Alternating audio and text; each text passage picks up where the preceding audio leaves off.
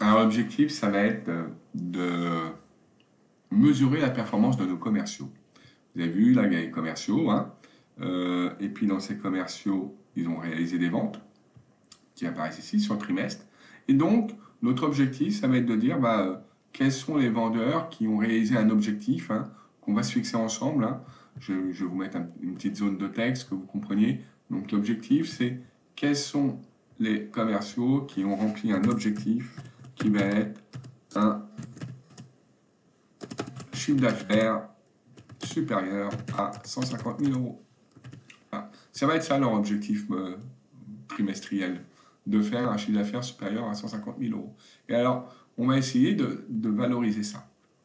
Donc pour l'instant, on va donc déjà chercher leur chiffre d'affaires trimestriel. Donc on utilise de nouveau Power Pivot parce qu'il nous faut plusieurs tables pour le faire, hein.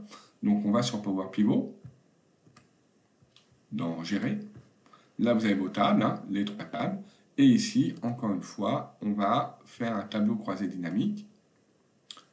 Dans une nouvelle feuille de calcul, on va juste mettre le nom du vendeur et d'abord j'ai mis le nom du client, excusez-moi, là, je me suis trompé, c'est le nom du vendeur et la somme de son chiffre d'affaires. La somme de son chiffre d'affaires qui est le montant des ventes. Voilà. Donc, l'objectif, c'est de voir ceux qui ont fait plus de 150 000 euros. Alors pour ça, on va utiliser ce qu'on appelle un indicateur clé de performance. Alors moi, j'avais des mesures, je vais les enlever. Je vais vous expliquer pourquoi, parce que ces mesures, en fait, on va, nous, justement, les recréer ensemble. Donc pour l'instant, je les enlève. Il n'y a pas de problème avec les mesures. Comme ça, nous n'avons aucune mesure.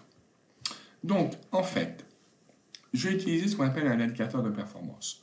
Donc ici, je vais aller dans indicateur de performance, ajouter un nouvel indicateur de performance, et me dire, c'est pas possible.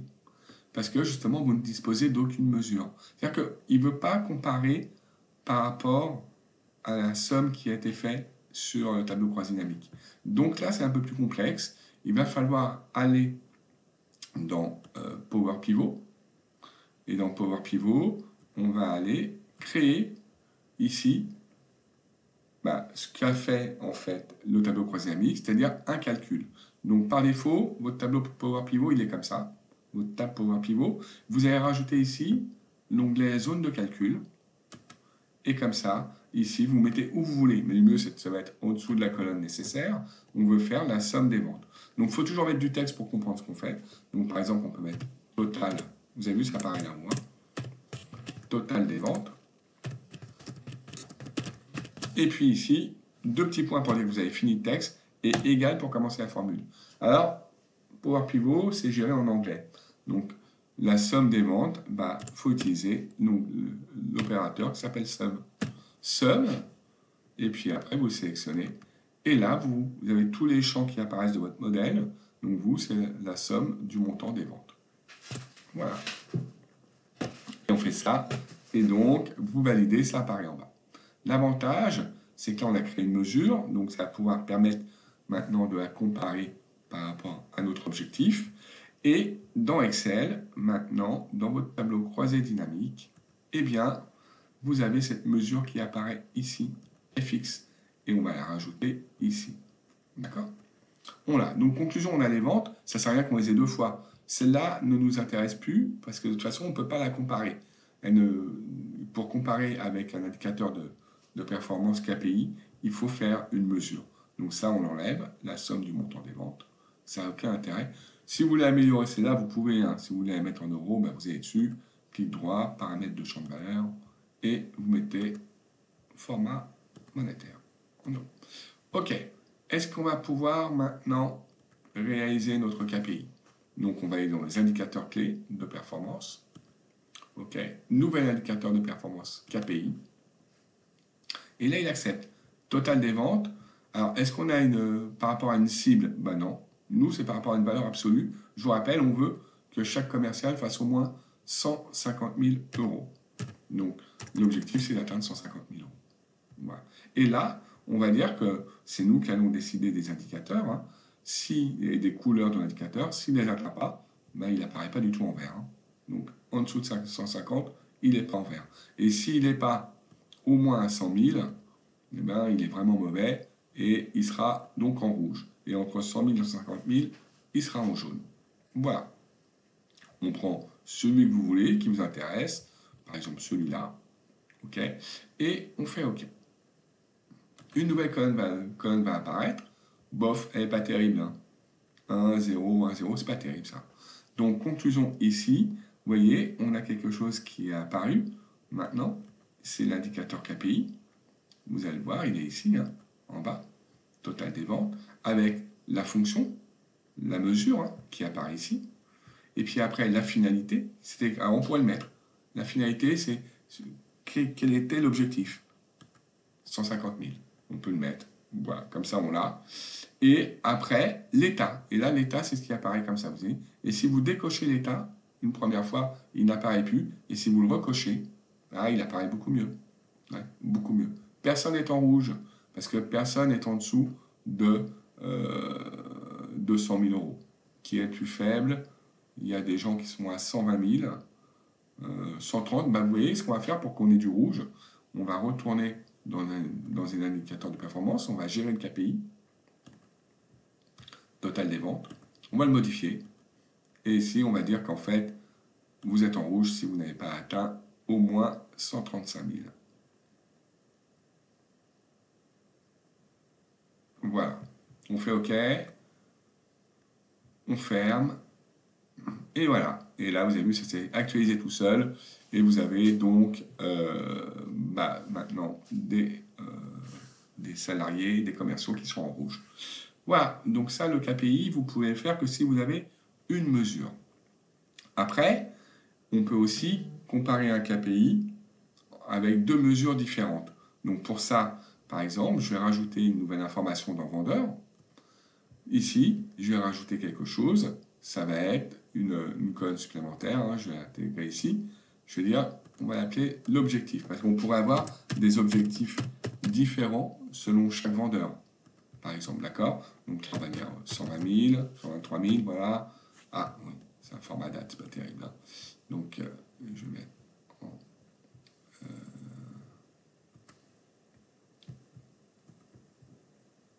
en format monétaire. Là, on va mettre 95 000. Là, on va mettre 132 000. Là, on va mettre 170 000. Là, on va mettre 150 000. Là, 125 000. Là, 200 000. Là, 174 000.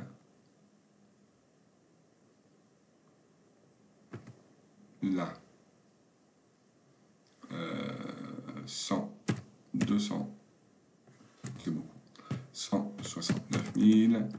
Là, 125 000. Et là, 95 000. Moi, je l'ai déjà, donc 99 000. OK. Donc, j'ai un objectif, et l'objectif, ça va être maintenant de mesurer leur performance par rapport à l'objectif qui leur a été assigné. Donc, ça veut dire qu'ici, je vais être obligé de créer dans mon tableau croisé dynamique une nouvelle mesure. Parce que pour l'instant, je vous le remontre, hein, là, quand je vais dans le tableau, dans Power Pivot, ça serait beaucoup mieux quand même. Hein. Voilà. Quand je suis ici, j'ai le total des ventes, mais en aucun cas, ici, j'ai, je vais retourner ici, donc dans Power Pivot, voilà, j'arrive, hein, dans l'indicateur clé ici, vous voyez, mon KPI, pour l'instant, je vous le remonte, il est lié à une valeur fixe qui est de 150 000, mais il pourrait être lié à une autre mesure. Et cette autre mesure, ça pourrait être l'objectif que je viens d'assigner à mes commerciaux. Donc pour ça, je pourrais très bien ici. Alors déjà, il faut que je retourne dans Power Pivot, parce que vous avez vu que j'ai rajouté une ligne. Hein.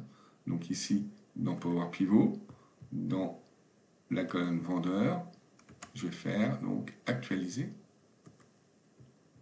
Ça va me rajouter la colonne. Voilà.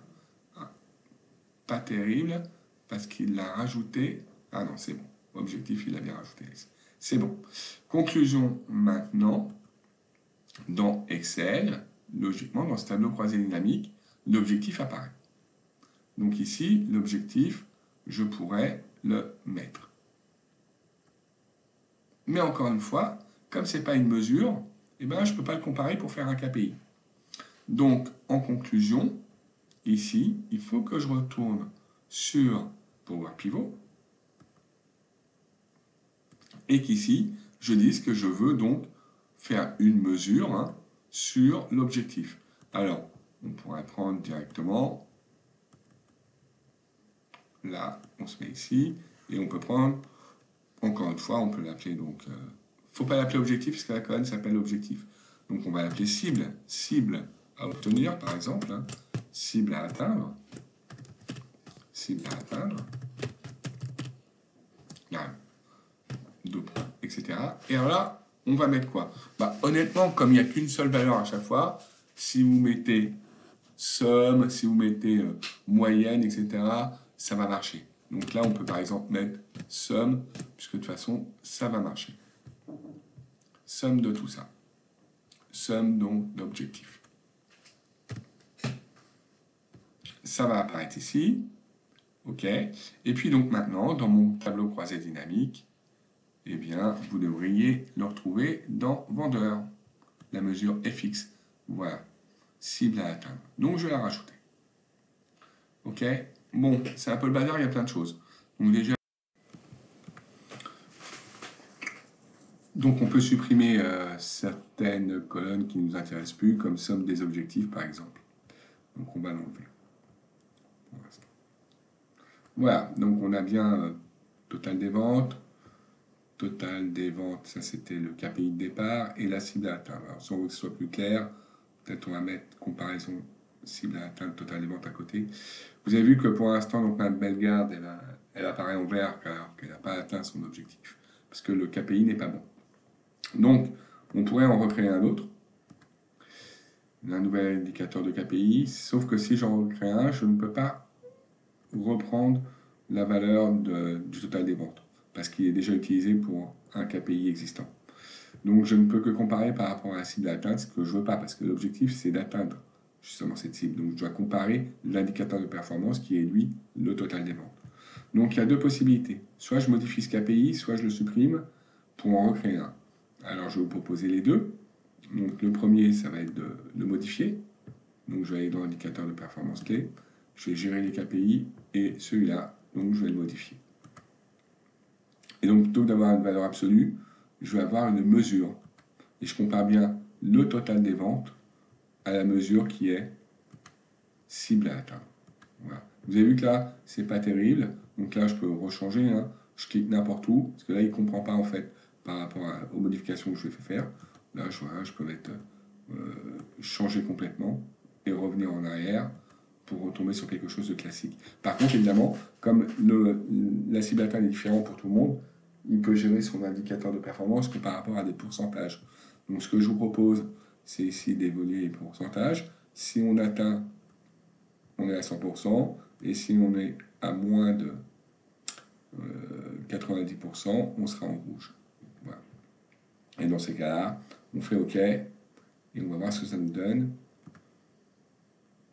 On fait fermer, et donc vous avez vu, ça a changé. Voilà. Mme Bellegarde maintenant, elle est en jaune.